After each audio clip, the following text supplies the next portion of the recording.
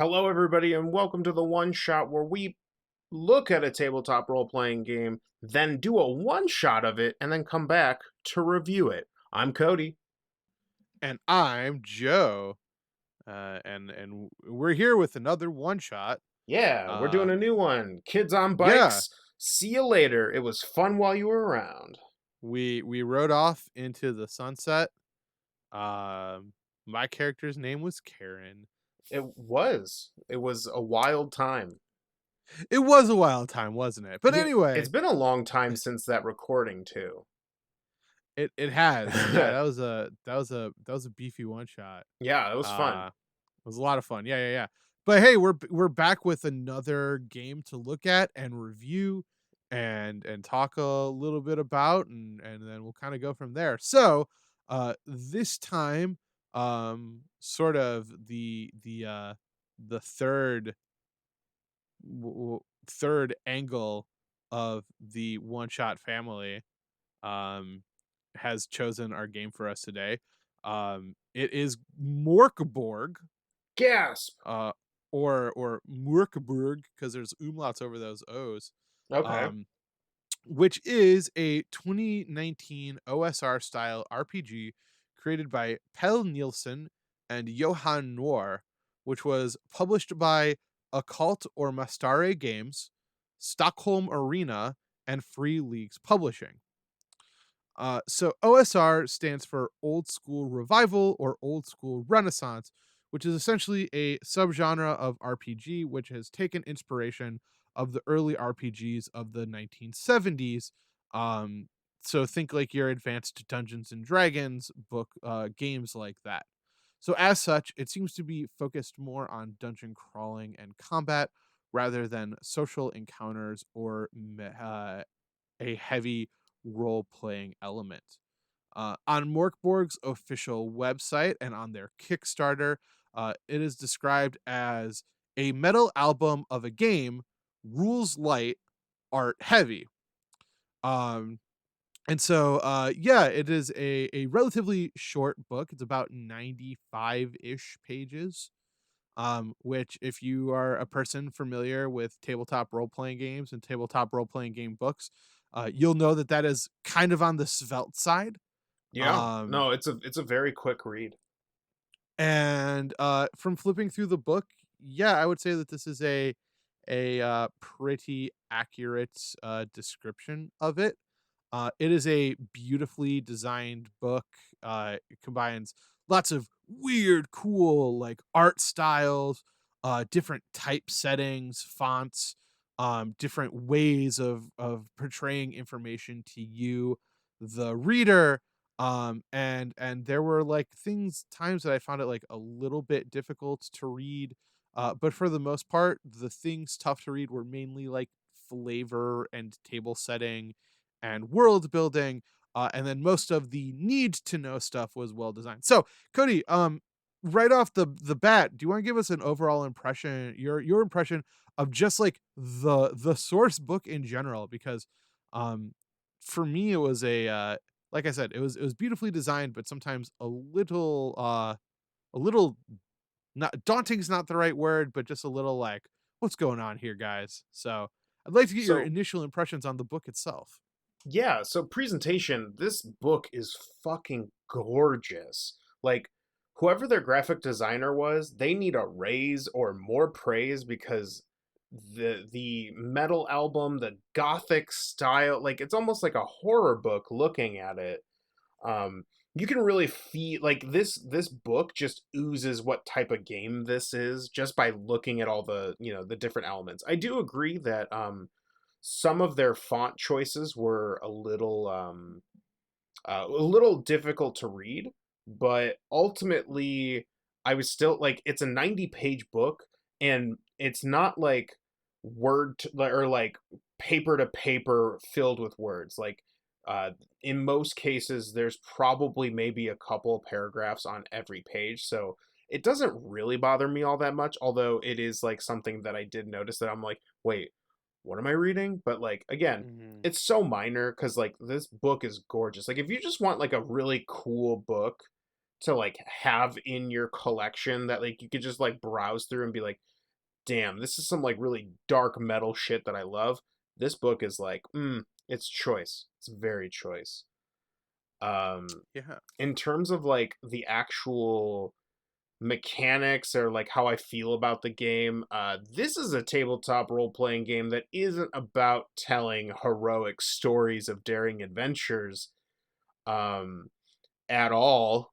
um, in fact, it kind of like goes out of its way to tell you that like, bruh, you're probably gonna die. In fact, you're gonna die so hard it's gonna be dumb. So, mechanically, it's brutal as shit, man. Like, Yeah. you have very little health to start. Most of the things you start off with don't do much damage, and your ability scores are pretty small. They're +1, +3, and you're rolling on a d20. And if you know the math behind that, that's like more likely fate is going to be the thing that decides your roll instead of your stats. Like just because you're strong, a +3 means nothing when you have to roll a 17. Uh, yeah, most of your starting attributes are fairly random, if memory serves. In fact, I think the whole character creation thing, besides like your name, is completely done at random. Like you roll dice to get like your stats, your abilities, and it's all like just, you just kind of go down the list. So like you can make some really wild characters. Um, Yeah. with how it's set up. But yeah, like the book suggests, it is light. Like it I feel like I'm fairly confident in how the game works. In my I really just spent like a couple hours looking at the book and being like, wow, this is gorgeous, and then like reading it. Mhm. It's very mechanics light. You're most likely just going to be rolling a d20. Um, but it is super like punishing. There's so many things that like can just kill you. Like not having food kills you. Falling to 0 hit points from your already pretty small HP pool has a 25% chance of instant death. Um, and even the spells can stop you from spell casting if you fail your rolls. So, Mhm. there's a lot of like like the mechanics are like while they're light, they're very much like, hey man, there's a very good chance you're dying in this crypt that you've walked into. Um, and there's really Yeah. not like a whole lot to say about the mechanics, right? Like it's light on purpose. They're the Yeah. whole thing is like they want to ooze that like dark gothic metal album cover where like it's the apocalypse and nothing you do really matters, so like you're just like doing something daring in hopes that fate shines on you, which in most cases for me it doesn't. So chances are Well, I'm gonna die. uh it's interesting because like one of the very first things you roll, and I don't quite recall if it's you rolling it or the DM rolling it, but it's how many days before the world ends completely, yeah, yeah, right? So even if you survive this dungeon crawl, you still like only you have have like 4 days to live in most cases. exactly. Yeah, it Um is a very dark at the end of the apocalypse thing for sure. yeah. Um, yeah, so I agree that it looks pretty light, all things considered. But can I say something that I'm like kind of excited about and quite intrigued by is the idea of making a fully randomized character. Oh yeah, Um, totally. I love that idea. Like as soon as I was reading it and seeing all these numbers, I'm like, "Oh, okay, I just fucking roll dice." Like yeah. that's all I do to make It a character is like, "Oh, you roll your stats, roll your, your weird quirks and whatever and like just oh, that's exciting." it feels very reminiscent of Garbage Kid, our beloved segment from back in From the way day. back in the day. Yeah. But I feel like this is something we've talked about before on various episodes of various shows that we've done, is that I feel like I personally sometimes get a little too attached to my character. Sure. Um and you want to see them succeed and you don't want them to die and things like that, but I feel like this idea of just a completely randomized character creates a sort of lessened attachment to what I'm going to play, which I think is pretty smart considering that this game is just sort of like crawl through that dungeon, crawl through it. Yeah, and Um, it's like I've recently played in something similar, but not quite as much as this.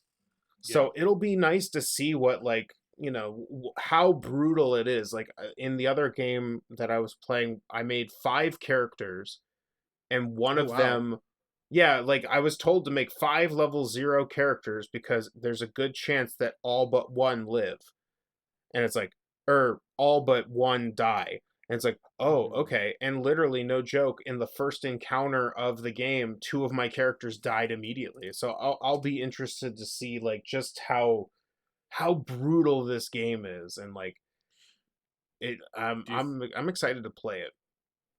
do you think we should have a couple characters ready to go? We will. So I spoke with our unofficial third member of this crew about that, and we're probably going to do a character creation episode for the next Yeah, one, for sure. just so that we have, just so people can see like just how random and how goofy these characters are, and like some of the some of the quirks that come with that.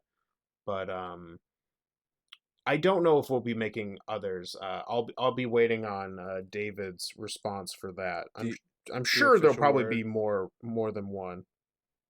Yeah. Well, because as you said, as I was reading through this book, I was like, man, you don't get a lot of HP. No, You and don't get a lot of stuff. This is gonna be a short one shot. yeah, yeah, it might be a 1 hour, 2 hour one shot depending on depending on what it is exactly.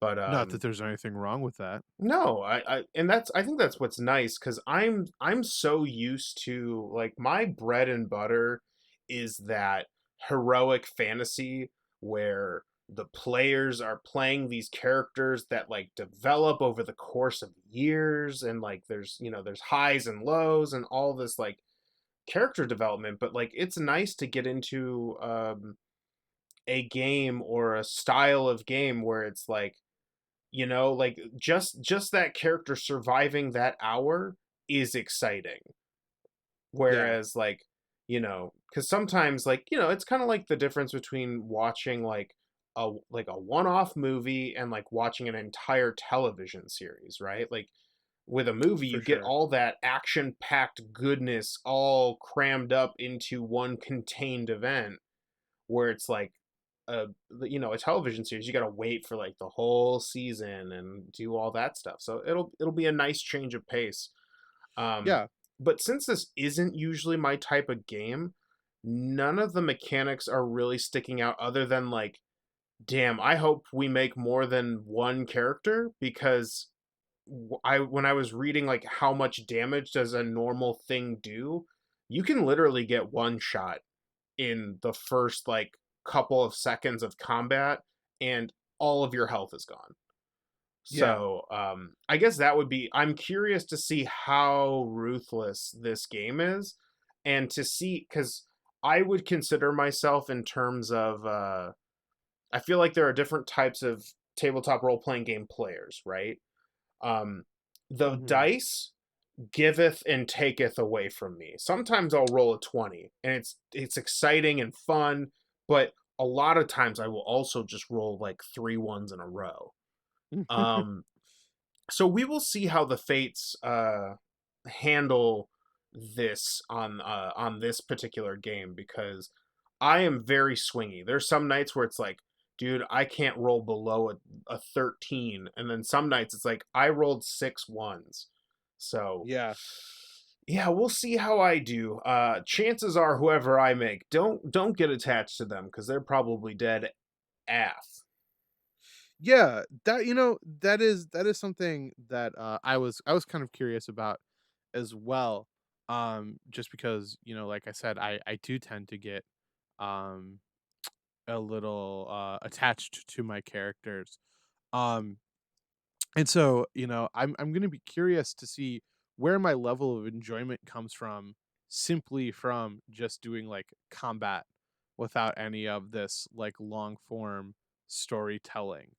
Um and like I've never played an old school RPG. Like we have a couple of times done off book, like more dungeon crawl y things, but like, I don't get me wrong, I love a fun dungeon with exploration and elements like that, but I also like my scenes where we're talking to people and like we're learning a little bit more about the world around us and things like that. And in this case, it is very the world is ending and you don't have time to learn about the world around you, because why would you do that? Get some gold while you still can. Right. Um Enjoy the last few days while you can with some fine wine and good food. what is the name of that starting Dark Souls class where you start off with just a loincloth? I'm not familiar with the Dark Souls series. I want to say it's Goodness. Forsaken. I think it's Forsaken. Yeah, it seems like you just kind of start off for as a Forsaken. Right. Um so is there anything that you're hesitant about with this game? Anything Um, that kind of like, uh yeah. I was looking at it and I am like, don't get me wrong, I've played punishing games before. And on paper this game seems particularly painful. So I'm Mhm. curious if it's going to be entertaining to, like, I guess what I'm think like what I'm going to be hyper analyzing in that moment is going to be whether or not I would want to do this more than like once or twice, right? Yeah. Like, I'm not necessarily looking for a campaign in this because it kind, like, the setting and like kind of the mechanics behind it don't really lend itself to that, and if it does, it's very short. Like, oh, Mhm. this is like maybe a 3 to 5 session campaign, quote unquote. It's more like an adventure, if anything. Um, Yeah. so I'm curious if the brutality of the system is so brutal that, like, if you like it's to be expected to die in that one shot, or if it's more like, yeah, it's pretty brutal, but like if you're smart, you can get through it. Because some of the things, it's like, man, there's like no hope if you get surprised by like a group of bandits, or like, it seems like a lot of the and I don't know if we're using the, I feel like the quote unquote classes aren't necessarily like staple. It really Yeah. felt like that was like a side thing, like, oh, if you want to be a class, here you go, but otherwise there's this. So I'm curious if the classes, if we're gonna use the classes, and how they change the game, or like if it's really just like, oh, I am a peasant with a butter knife and I gotta go fight a den of trolls that are 20 feet tall, like, good luck. Like, how fun would this be to do more than a couple times a year, or or at all, if I guess it's like longevity of how many times can I get murdered before I'm like, all right, I've seen enough of this game. So we'll see. Like, it seems very interesting, but it also feels very niche, like super niche for what I'm used Mhm. to. So we'll see. I don't think whatever I do decide on that is like a judgment on the game, because like the game is very clear about what it wants, and Yeah. the mechanics really support that. And I think that's what's important. So like, at the end of the day, some people are going to be like, man, this game sounds super fun, I need to pick up this book stat. And then some people are going to be like, this isn't really my thing, and that's okay. I think at the end of the day, this book was designed and mechanically designed to facilitate a very specific thing. I will be kind of analyzing like whether that's something that I'm interested in, because I'm kind of playing that recently and I'm like, "Oh yeah, I love this kind of like, oh, I could die at any minute." kind of gameplay. Like I'm starting to get my feet wet in that territory, but I'll see how brutal this is to, and figure out like in my brain space, like, is it good or like would I ever do this again kind of a thing. Because I think that's important to me. Because if I don't want to do this again, I probably won't pick up the book, even though Yeah. it's fucking gorgeous. But, that's me. What about you? Are you is there anything that you're excited about, hesitant about, et cetera, et cetera? Yeah, I feel like I'm gonna go along with you on that point you just made about obviously it's for someone, and I don't necessarily know if I am that someone. It seems like in a lot of ways like this development team, so obviously they're kind of trying to do two things at once, which is like I believe they're from like Latvia, if memory serves, I or can't remember, to be honest. Sweden. In any case, it was published in Latvia, but I don't know if that necessarily means that it was developed there. But in any case, there are subgenres of metal. If you ever want an entertaining little experience, I would recommend going to the metal page on Wikipedia and then clicking the categories of subgenres of metal, which include things like death doom and doom death, which are two distinct genres. And then you have like black sludge, like speed, hardcore, things like that. And so, when I tell people I'm a fan of the metal genre of music, they kind of like raise an eyebrow at me. I'm like, "Oh no, no, no. I like power metal, which is the metal that was inspired by Tolkien, and it's the kind of metal that you imagine like an elf and a dwarf like playing guitars at one another. Like I don't listen to the things where the person goes like, "Oh," that kind of metal.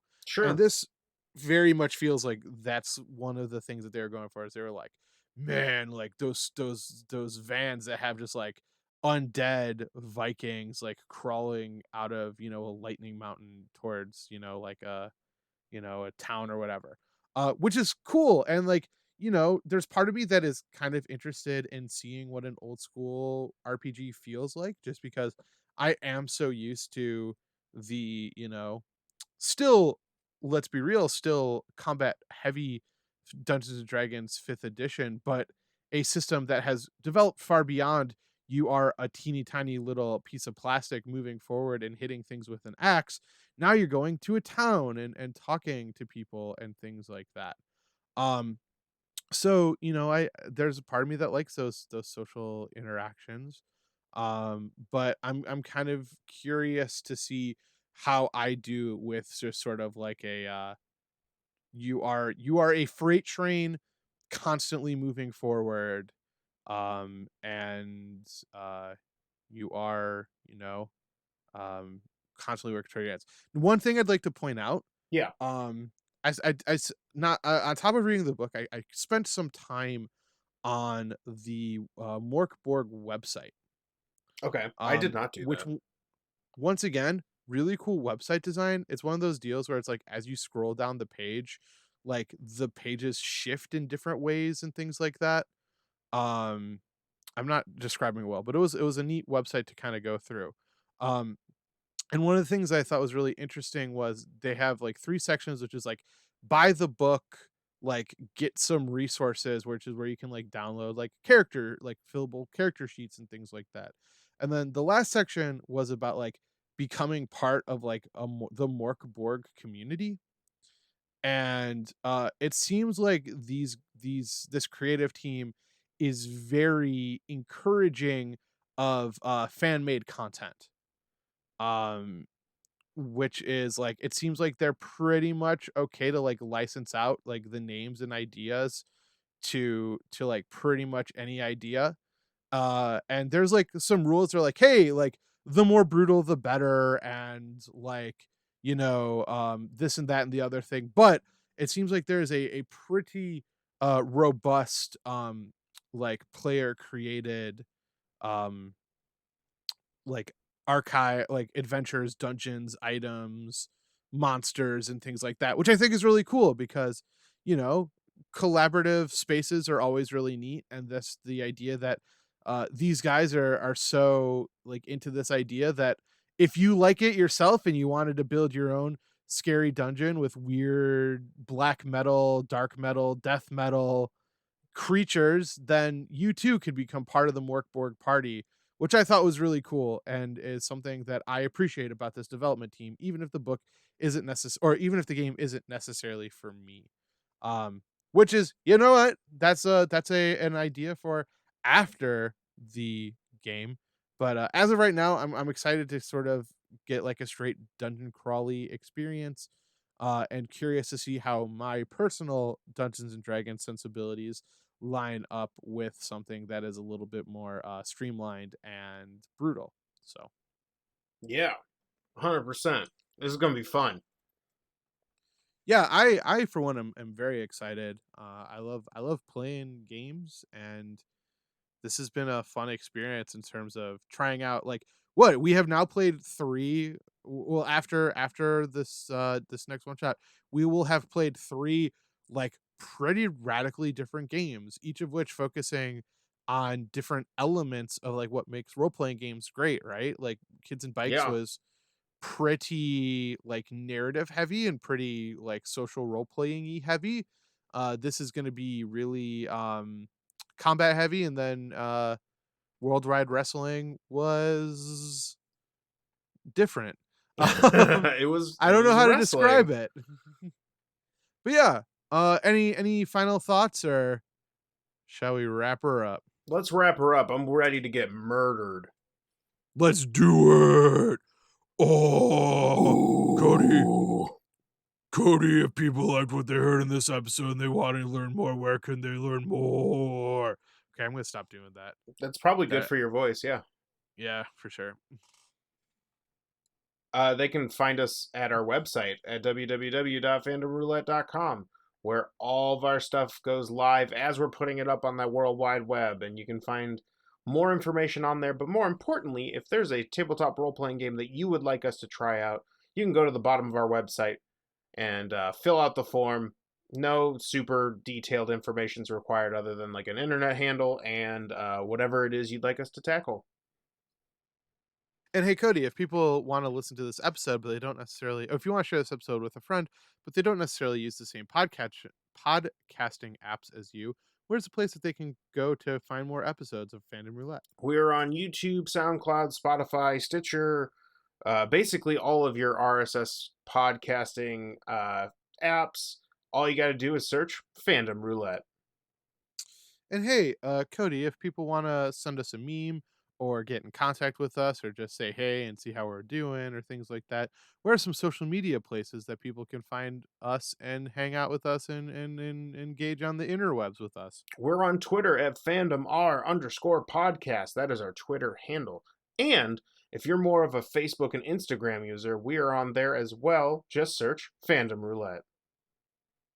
Also, please remember to like, rate, review, or subscribe. Yeah. Ring the bell, leave a comment, share it with a friend. Any little bit we can get helps us move up the ranks and gets more people watching and listening, and helps us to keep making this stuff for you, because we know that there's a lot of fun stuff out there for you to engage with, a lot of cool content, and we want to thank you for spending some time with us. Yeah. That was a mouthful. That was a sentence. It was for sure. But anyway, thank you so much for listening. We appreciate you being here. Yeah. And signing off for Phantom Roulette, this is Joe. And I'm Cody. And as always, stay nerdy. Stay super nerdy.